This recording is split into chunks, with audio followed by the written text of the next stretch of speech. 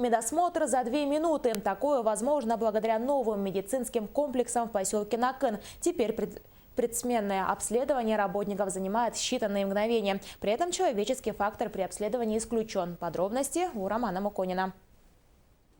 Новенький аппарат фотографирует пациента, измеряет давление, температуру и определяет пары алкоголя. Так, теперь проходит предсменный медосмотр в Нюрбинском ГОКе.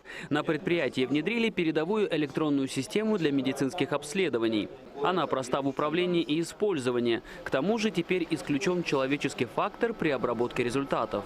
Вся информация о состоянии сотрудника заносится в единую базу данных. Самочувствие персонала взято под постоянный контроль.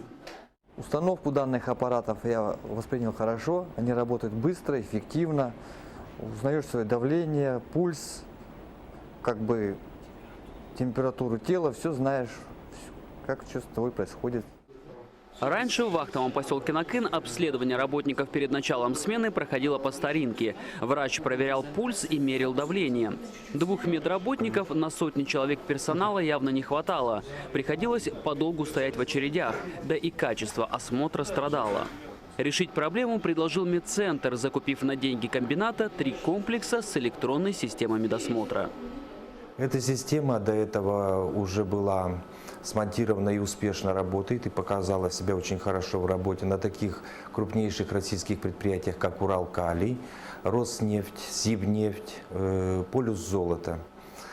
И впервые в компании «Алроса» эта аппаратура была смонтирована у нас здесь на Накыне, в вахтовом поселке Накын Нюрбинского ГОКа. Мы очень довольны работой этой системы, потому что мы увидели ее преимущества, которые сказываются на быстроте затраты времени и качестве проведения медосмотров.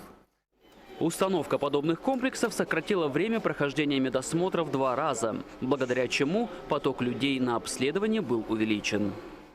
Работники отнеслись с пониманием к данному нововведению.